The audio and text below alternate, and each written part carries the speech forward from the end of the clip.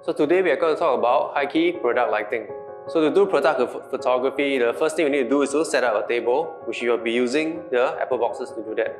So for the tabletop itself, we will be using an acrylic board.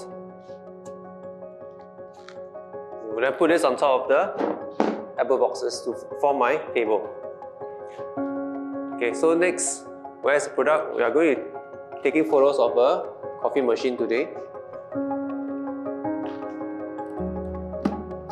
So I'm now going to bring my first key light for this product.